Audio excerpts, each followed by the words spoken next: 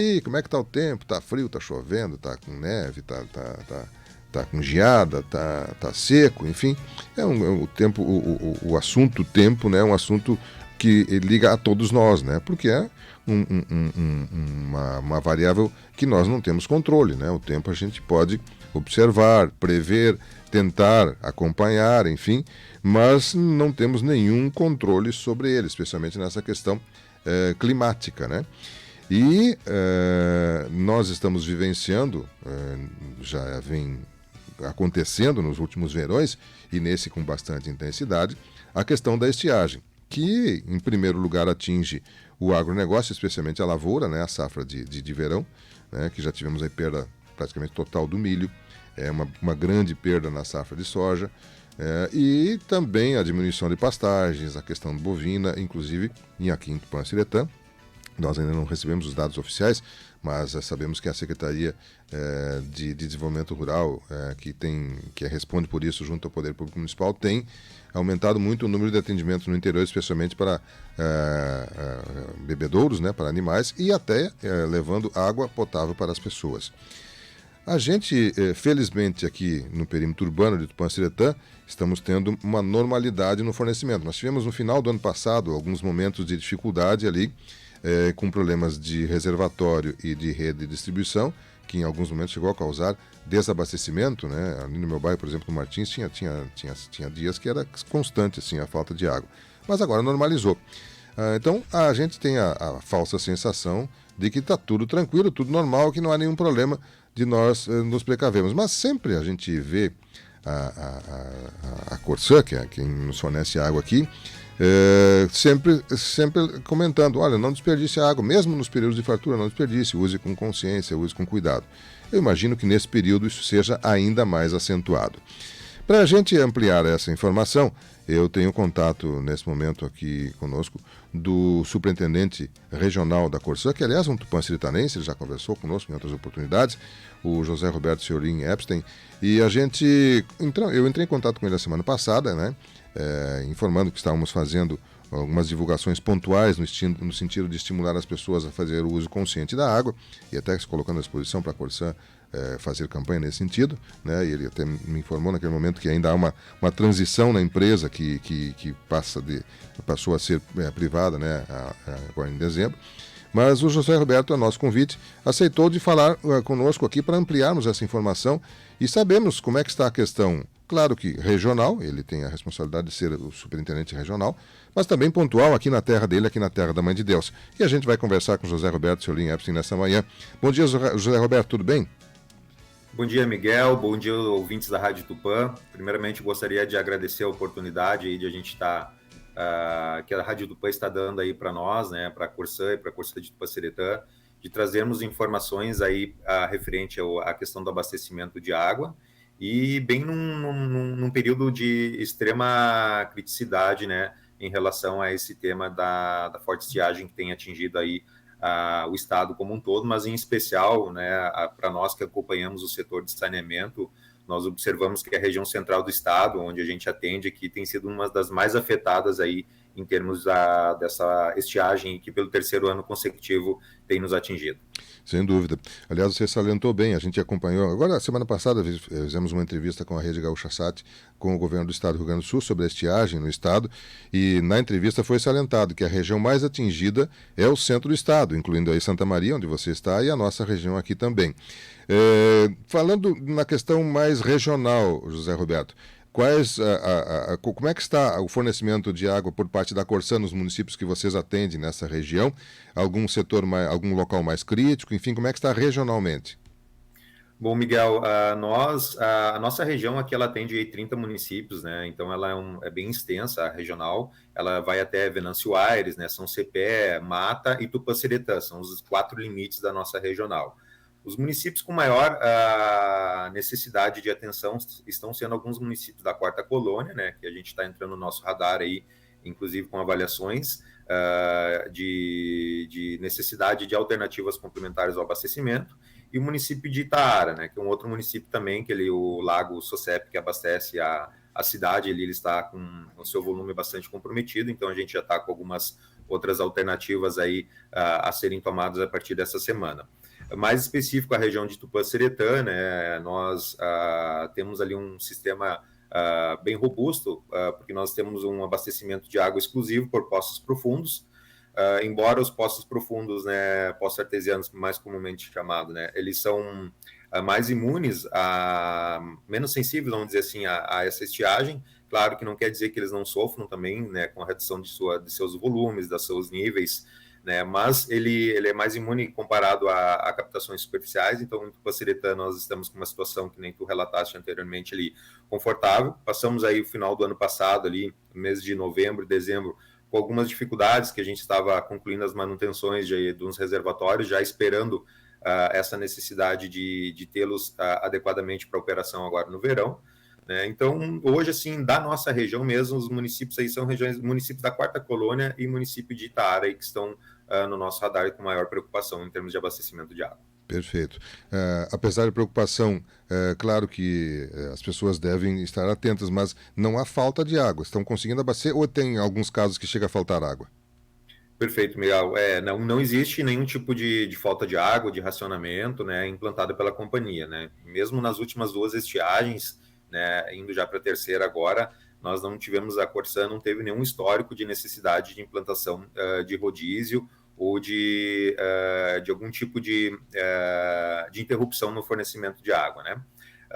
Nós trabalhamos todos os sistemas de abastecimento de água, eles têm planos de contingência para operar em situações críticas, né? Então, a gente utiliza mananciais secundários, né, captações secundárias, carros-pipas para complementar quando existe a necessidade, até perfurações emergenciais de poços, né, em cidades que é possível, tem cidades que não é possível, poços artesianos, né, até pode se questionar, por exemplo, por que em Tupã-Seretã dá e Itaara não dá, né? Itaara a gente perfura poço e os poços dão seco, né, pela característica da formação do solo lá, diferente de Tupã. Já o município vizinho, né, Júlio de Castilhos ali, é um município que tem poços também, abastecidos exclusivamente por poços, mas é uma região que ela sofre mais com a estiagem, né, em relação à produção dos poços. Eles têm uma redução mais significativa que comparada a Tupã-Seretã. Então, nesse momento, nenhum município da região central e nenhum município da Corsã passa, né, por algum tipo de rodízio ou suspensão temporária de abastecimento, e nós temos esses planos de contingência que nos permitem trabalhar para contemplar as cidades que tenham necessidade de alguma complementação de vazão, né, com esses planos de contingência que a gente atende. Claro que situações extremas, Miguel, a gente pode vir a ter necessidade de fazer aí um rodízio no abastecimento, mas nesse momento ainda não está no nosso radar essa alternativa, né? Esperamos ali, que nem eu comentava, eu ouvia você falando ali, até anotei o nome, a Najara falou que vem a chuva, né? Realmente a gente também espera, né? Não apenas para a agricultura, mas também para as pessoas que têm a necessidade. Tu relataste muito bem, né? O perímetro urbano hoje é servido pela Corsã, né? Então a gente tem os postos aí que atendem a região urbana da cidade, mas a gente sabe, né, em conversa inclusive com a administração municipal, né, da necessidade que é levar água para o interior, onde muitas residências não têm nem água para fazer o seu consumo, né? Isso é uma realidade, não é só de Tupã-Seretã, é de várias cidades no estado, né? Aqui Santa Maria, a Defesa Civil tem 3 caminhões trabalhando, né, nessa parte de levar água para o interior. Então é uma situação que a gente realmente vê digamos assim, torce para que essa situação dessa estiagem ela não se concretize as projeções, né, que seriam os próximos 2 meses aí com chuvas bem esparsas, né, e bem localizadas, né, que é o que tem acontecido até o momento. Como é que funciona isso, José Roberto? Porque a gente sabe, a municipalidade nos informou que os senhores estão fazendo um trabalho em conjunto aí. Vocês fornecem água para os municípios e eles levam até os consumidores no interior, através de caminhões-pipa, ou a própria Corsã pode levar? E como é que fica o custo disso aí? Alguém paga por isso? Como é que fica esse processo? Bom, hoje a gente ou trabalha com a Defesa Civil, né, ou com as secretarias do município, né, cada uma que tem a sua particularidade, que elas acabam fazendo essa logística de água para o interior. Houve um pedido, né, de algumas administrações, inclusive Tupã, para ver se nós teríamos a condição de dar um suporte extra, mas nesse momento a gente também contrata, né, Miguel, esse tipo de veículo, né, por exemplo, carro-pipa, nós estamos utilizando hoje. A gente utiliza aí quase que diariamente para algumas situações onde dá um rompimento de rede, a recuperação é mais demorada, então a gente acaba tendo que fazer algum atendimento específico em relação a isso, tá? Mas de regra geral, né, como é que funciona? As prefeituras têm um ponto de carregamento, né? Esse ponto de carregamento ele é definido pela companhia em conjunto com a prefeitura, que é um ponto onde geralmente é um hidrante, né, nas proximidades da unidade de saneamento, justamente para garantir a qualidade da água que vai ser levada até o morador. E ela depois é apropriada ali numa conta específica que a administração municipal indica para nós, né? Ela tem um desconto ali de 50% do volume, do valor normal, né? Então ela sai por metade do valor que é hoje pago aí pelo metro cúbico consumido, né? Então, basicamente funciona dessa maneira, né? E as administrações ali acabam, então, fazendo essa logística, né? A possibilidade é aqueles consumidores que também fazem a compra de água, né? Então, vai lá e faz a compra de água a granel. Só observo que, nesses casos específicos, né, há necessidade de ser um carro-pipa que tenha as condições sanitárias adequadas para fazer a logística, então tem alguns pré-requisitos, não é qualquer tipo de carro-pipa, né, para levar água, porque esse é um produto que vai ser consumido depois, então a gente também preza pela qualidade, justamente para não termos problemas aí com a questão da saúde de quem faz o consumo dessa água. Perfeito, muito bem. Muitos municípios estão utilizando, o senhor citou a Tupã-Siretã, e além de Tupã, quem está utilizando esse serviço de vocês para levar água a consumidores no interior? Bom, hoje a logística está sendo ainda providenciada pelos municípios, tá, Miguel? O próprio município tem, todos os municípios, eu diria assim, que dos 30 municípios que a gente atende, hoje os 30 levam água para regiões do interior, aqui na nossa regional. Uhum. Né? Umas com mais necessidade, né? Outras com uma necessidade um pouco menor, mas a demanda ela tem sido bem grande desde dezembro, né? E tem aumentado aí nos últimos anos, né? Muito em função de que muitas comunidades do interior ainda têm aqueles poços cavados, né, que não são os poços artesianos, são poços mais que pegam um lençol mais superficial e eles realmente secam agora nesse período, né? Sim. Então, é uma realidade aí pelo menos da nossa região aqui, dos 30 municípios que a gente atende, todos eles têm essa necessidade, né, de fazer logística. E é um esforço grande que as prefeituras fazem, né? Mais específico agora falando sobre a prefeitura de Tupã-Siretã, que é um esforço bem grande que eles fazem para poder atender, né, porque conversava com o prefeito Gustavo a semana passada, né, são mais de 300 quilômetros de logística quase diária que a gente projetava para poder atender, né, as dezenas de famílias que são hoje contempladas com essa água ali. Perfeito. José, normalmente vocês, a Corsã há anos eu acompanho, normalmente vocês sempre fazem campanhas no sentido de que as pessoas usem com consciência a água, reutilizem. Esse dia eu estava dando um exemplo aqui, tem muitas pessoas que já estão com cisternas aqui em Tupã, armazenando a água da chuva, reutilizando a água da máquina de lavar roupa, por exemplo, para lavar calçadas, algumas coisas assim, ou lavar o veículo. E sempre solicitando para que as pessoas cuidem para não consumir a água a não ser a necessidade.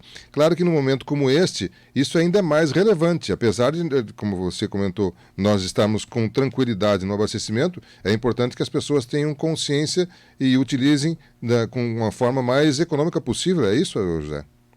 Perfeito, Miguel.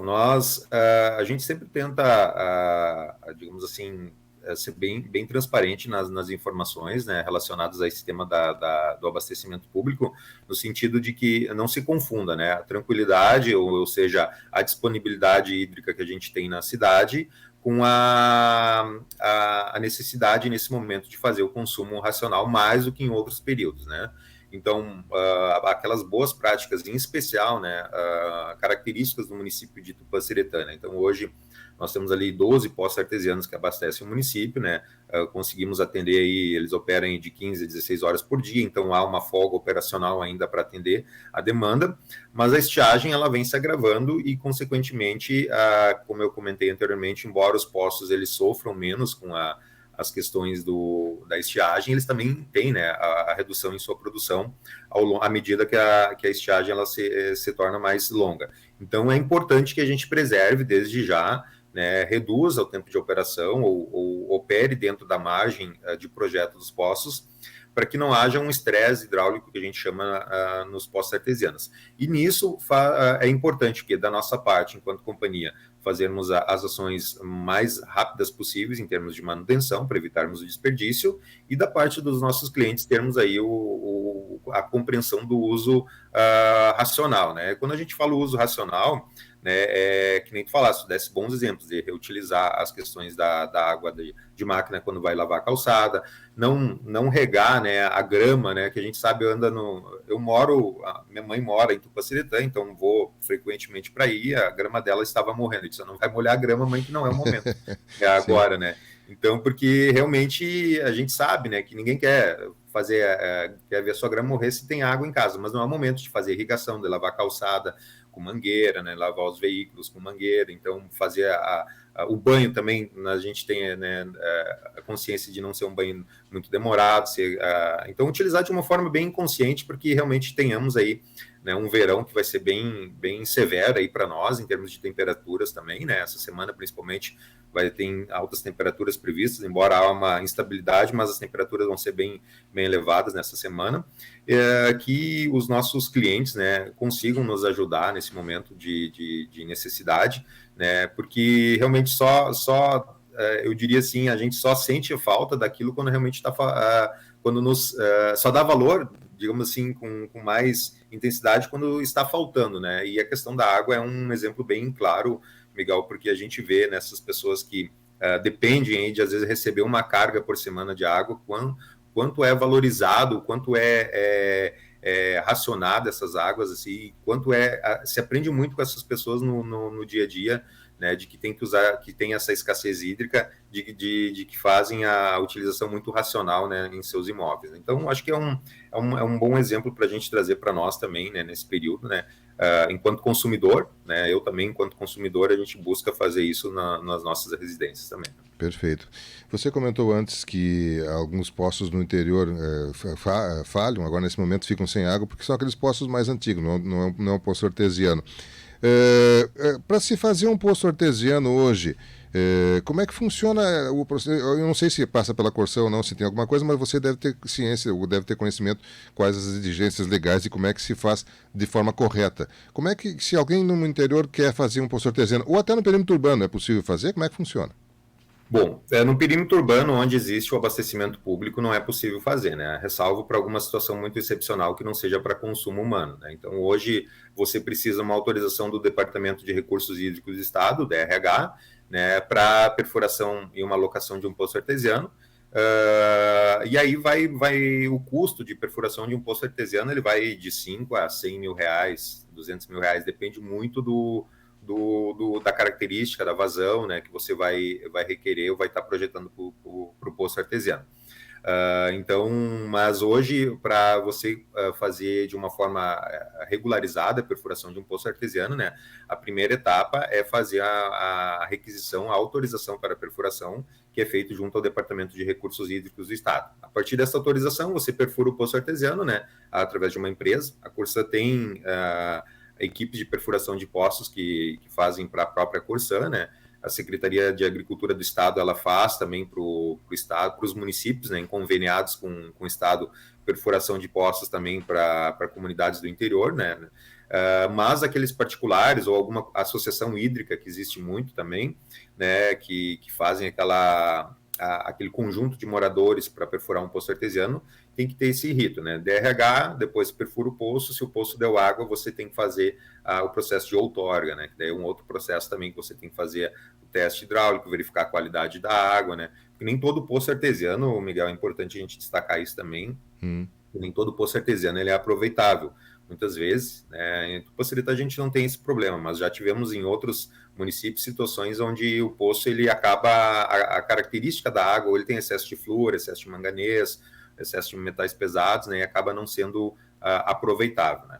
Mas no perímetro urbano hoje não é permitido, né, por legislação, uma perfuração de poço artesiano, a não ser por uma questão industrial, mas daí muito específica, que daí tem que ter a anuência, inclusive, da própria Corsã, né, de não poder atender. Perfeito, muito bem. Nós estamos conversando com o José Roberto, que é superintendente da Corsã na Regional de Santa Maria, e ele é um tupanciretanense, né? Como comentou, até seus familiares, sua mãe mora aqui em Tupanciretã, conhece intimamente a nossa comunidade, mas a gente já aproveitou esse contato para termos informações regionalmente, dos 30 municípios aí que ele atende, e também, é claro, aqui da nossa Tupanciretã. José, nós não havíamos combinado, mas eu lembrei agora de questioná-lo com relação à nova Corsã, porque ela passou por um processo de privatização em dezembro, e agora há, com certeza, uma migração, né, da empresa para um outro processo, uma outra gestão, né?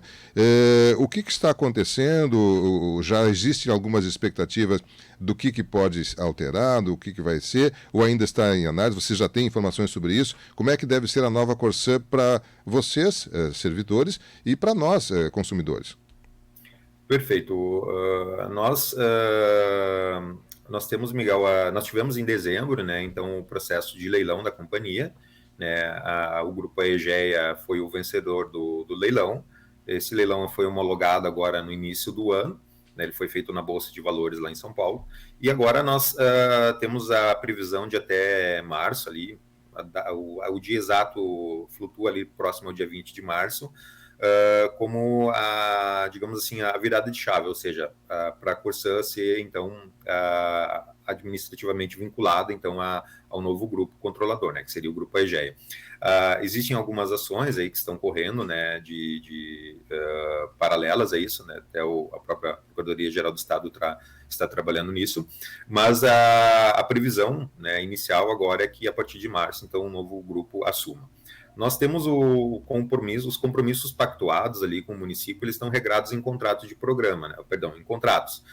Esses contratos, inclusive, foram aditados agora em 2021 e 2022, né? Alguns em 2021, em dezembro de 2021, perdão, e outros em março de 2022, e onde foram, então, incluídas ali compromissos ao longo de toda a prestação de serviço. Então, para o cliente ali, né, para o município, ainda o que vale é o contrato com a Corsã, né? E então o controlador novo tem aqueles compromissos pactuados em contrato, então espera-se que se mantenham aquelas mesmas regras ali acordadas ao longo da prestação de serviço. E ali, né, além da parte do esgotamento sanitário, tem toda a parte de expansão do sistema de abastecimento de água ali, uma renovação de ativos ali bem, no caso específico de Tupancretá, bem expressivo, né? Quando eu falo renovação de ativos, é a parte de substituições de redes, né? Instalação de novos reservatórios, novos poços artesianos. Então, tudo isso está pactuado num cronograma, num programa de investimento que a gente chama de CAPEX, investimentos, água e esgoto,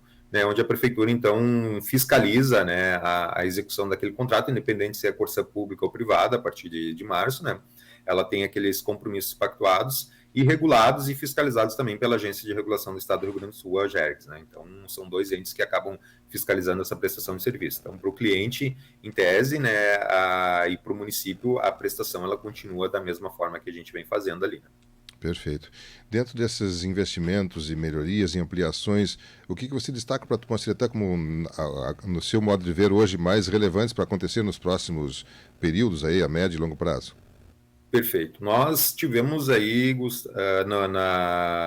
nesse ano de 21 e 22, um investimento bem relevante, Miguel, na parte de renovação de ativos. Tá? Então, nós trocamos aí quase 10 quilômetros de redes, né, muito em função do programa de melhorias de qualificação das vias que a Prefeitura está fazendo, né?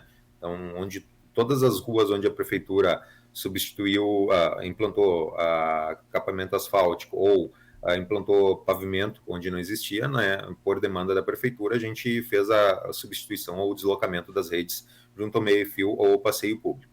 Então, isso tem uma previsão de mais 40 quilômetros aí para os próximos 6 anos, né, que está previsto dentro do plano de investimentos, então, desse CAPEX.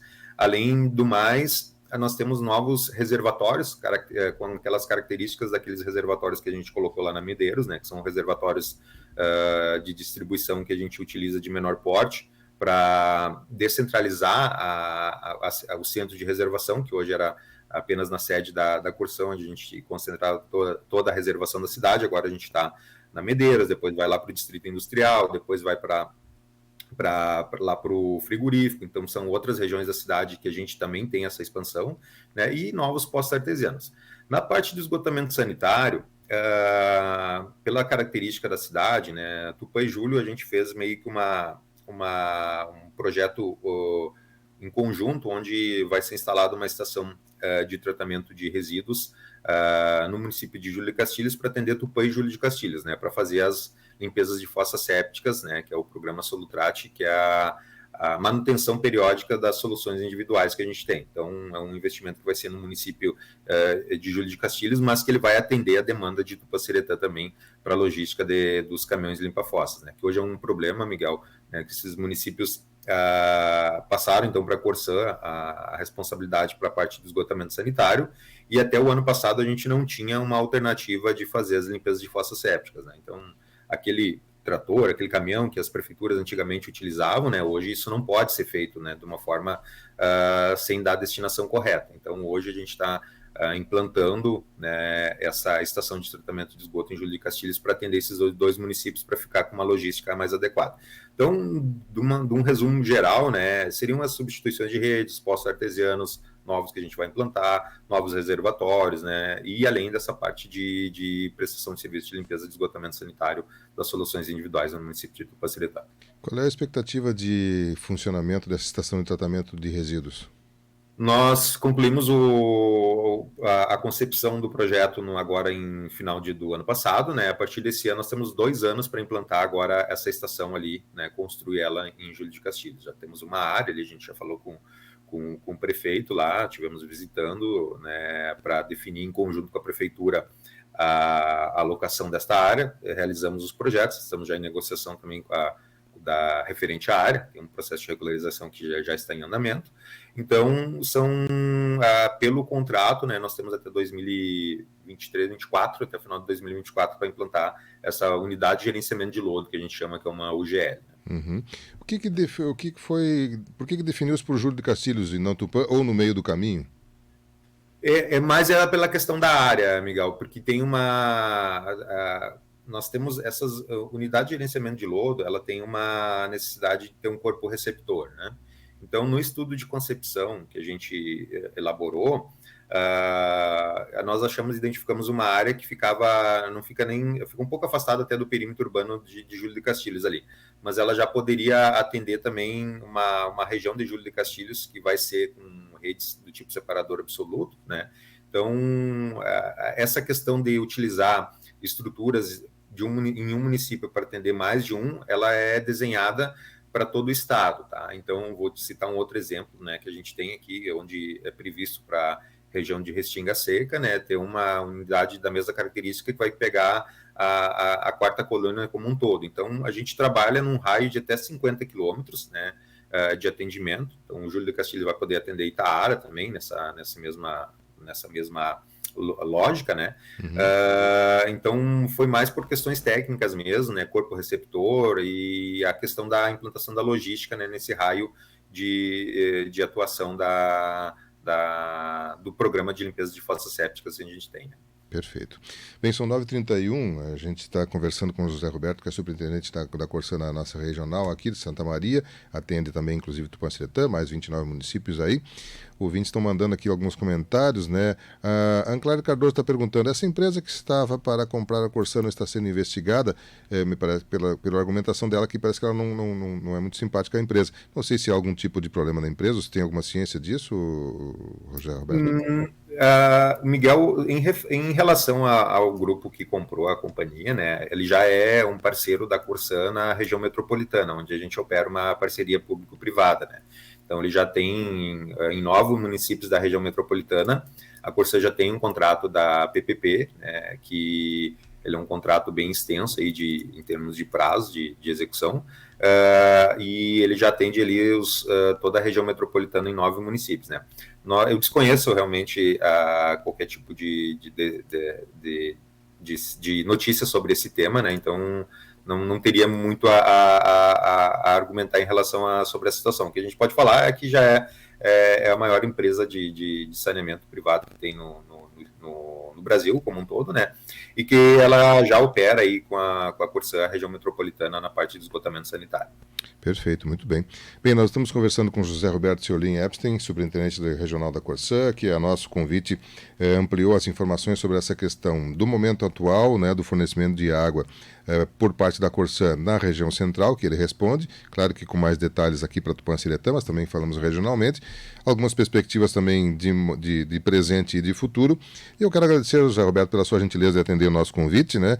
E vi que você está aí com o braço imobilizado, né? Sei que você fez um pequeno procedimento aí, e mesmo assim se dispôs a conversar conosco aqui e nos trazer algumas informações. E como é hábito desse programa, José, a gente vai deixar o microfone à sua disposição, se algo mais você gostaria de complementar com relação ao que nós tratamos aqui, o que a gente conversou, o que você trouxe à nossa audiência, ou de repente algum outro tema que você gostaria de trazer, senão as suas despedidas, e é claro que a gente espera sejam momentâneas, que em outros momentos possamos conversar, quem sabe num momento mais leve, assim, com menos estiagem, com mais tranquilidade, enfim, para falarmos também sobre as ações que a companhia está fazendo, estará fazendo aqui junto a toda a nossa região e também aqui em Tupã-Ciretã. Mas, José, mais algum detalhe que gostaria de colocar na nossa audiência, por favor, fique à vontade. Miguel, eu gostaria de mais uma vez agradecer à Rádio Tupã pela oportunidade, né, e colocar aí a Corsã, a nossa estrutura local aí no município, né, à disposição da rádio, dos nossos clientes, né, que qualquer demanda, a gente sabe também que, por experiência, né, Miguel, que a gente tem em outras cidades, né, os meios de comunicação locais, e a Rádio Tupã é um canhão, eu diria assim, de comunicação na nossa região ali, em especial Tupã-Ciretã, né? Então, desde pequeno, muitos que estão te ouvindo, e eu era um, né, que te ouvia quando era pequeno, lá na minha avó no interior de Santa Tecla. Então a gente, às vezes, a informação chegava para nós através das rádios, né? Então eu acho que isso se mantém muito forte ainda no município de Tupã. Então muitas demandas acabam certamente chegando até pela rádio aí, né? Então a gente sempre agradece essa parceria que a gente tem e reforçar, né, que nós estamos aí realmente num período de estiagem, né? Reforçar os nossos clientes ali um pedido de apoio no sentido de termos esse consumo mais consciente possível em relação à questão das nossas demandas diárias relacionadas à utilização de água, né, distribuída pela companhia, e reforçar o compromisso da Corsã aí com o município de Tupã-Ciretã, né, em relação aos compromissos de obras que a gente tem. Não encerramos ainda a demanda de obras que a gente tem em relação a substituições e ampliações de redes aí no município. Nós teremos mais. Nós apenas deslocamos aí agora para atender outras demandas mais prioritárias em outros municípios, mas retornaremos aí em breve ali com mais obras para o município de Tupã-Ciretã. Qualquer reclamação, né, a gente tem os nossos canais oficiais ali também, utilizem eles. Hoje não precisa mais ir até a nossa unidade de atendimento, você pode de casa mesmo fazer qualquer tipo de solicitação, de reclamação, então seja ela pelos canais tradicionais 0800, por aplicativo, ou pelo próprio portal do cliente que a gente tem, ou em último caso, se houver necessidade, até o nosso escritório, onde será muito bem recebida aí qualquer demanda que vier dos nossos clientes. Sem dúvida. José, enquanto você falava, a Tita Dor perguntou aqui, e o nosso reservatório do bairro Medeiros já está em funcionamento? Você comentou o reservatório do Medeiros, ele já está em produção? Já está em operação, a gente já colocou ele em operação ainda na virada do ano ali. Perfeito, muito bem. Está virado do ano. Ok. Bem, quero agradecer aí, fiquei feliz de saber que o José Roberto Ciolin Epstein era nosso ouvinte lá no interior de Tupã-Ciretã, quando jovem, né, nos acompanhando, e temos muitos jovens que imagino estejam nos acompanhando agora e quem sabe terão a responsabilidade que o José está tendo hoje de coordenar regionalmente este bem que é tão precioso, que é fundamental, que é a água, né, que é o bem básico, né, quem já ficou sem água, eu tive uma experiência traumática até no meu tempo de estudante em Santa Maria, quando rompeu a barragem da Corsã e nós permanecemos lá, eu não me lembro quanto tempo sem água, e vinha de pouco em pouco, se conseguia água, era uma dificuldade, e aí aprendi a dar o valor, né? Quem nunca teve problema de água não sabe o que é não ter a água, não só para a higiene, mas até para o consumo, para a alimentação, essas coisas todas assim. E sem dúvida, a água é um bem mais precioso que nós temos e é fundamental para nós ter. Zé, fiquei feliz de saber que você era nosso ouvinte aí, né? Espero que a gente continue prestando o mesmo tipo de serviço para as pessoas que hoje estão nos acompanhando aqui. Um forte abraço, José, e até uma próxima oportunidade. Obrigado, um forte abraço.